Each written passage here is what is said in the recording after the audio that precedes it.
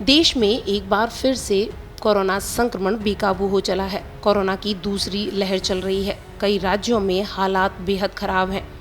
संक्रमण की संख्या लगातार बढ़ती ही जा रही है। ऐसे में नई दिल्ली स्थित अखिल भारतीय आयुर्विज्ञान संस्थान के डायरेक्टर रणदीप गुलेरिया ने लोगों को चेतावनी दी है। साथ ही कोरोना वैक्सीन लगवाने की अपील भी की है। उन्होंने लोगों को बढ़ते संक्रमण के प्रति आगाह किया है। उन्होंने एक बयान यह भी दिया कि कोविड-19 को मारने के लिए अभी तक हमारे पास कोई इफेक्टिव दवाई नहीं है। उन्होंने कहा, वैक्सीन तो हमें प्रिवेंशन देती है, लेकिन इतनी रिसर्च के बावजूद प्रभावी दवा की कमी खल रही है।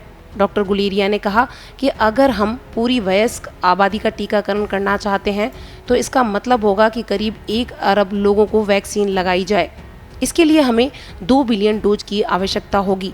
ऐसे में यह संभव नहीं है कि हम सभी को वैक्सीन दे सकें। उन्होंने कहा, ऐसा कोई तरीका नहीं कि हम 2 बिलियन डोज फिलहाल प्राप्त कर सकें। डॉक्टर गुलेरिया का कहना है कि मुख्य चुनौती प्राथमिकता के आधार पर वैक्सीन लगाने वाले लोगों और उपलब्ध डोज के बीच बैलेंस बनाने की है। उन्होंने कहा कि हमें यह देखना होगा कि वैक्सीनेशन का ट्रेंड क्या है। यदि 1 सप्ताह या 10 दिन बाद वैक्सीन लगाने वाले लोग कम होते हैं तो इसे कम उम्र वाले लोगों के लिए भी खोला जाना चाहिए। गौरतलब है कि देशव्यापी वैक्सीनेशन कैंपेन की शुरुआत 16 जनवरी को हेल्थ वर्कर्स को डोज देने के साथ शुरू हुई थी, जबकि 2 फरवरी से फ्रंटलाइन वर्कर्स का वैक्सीनेशन शुरू हुआ।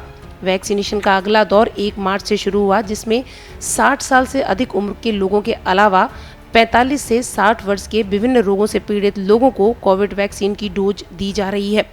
यहाँ आपको बताते चलें कि एम्स के डायरेक्टर रणदीप गुलेरिया ने इस बात पर फिर से जोर दिया है कि मास्क जरूर लगाएं।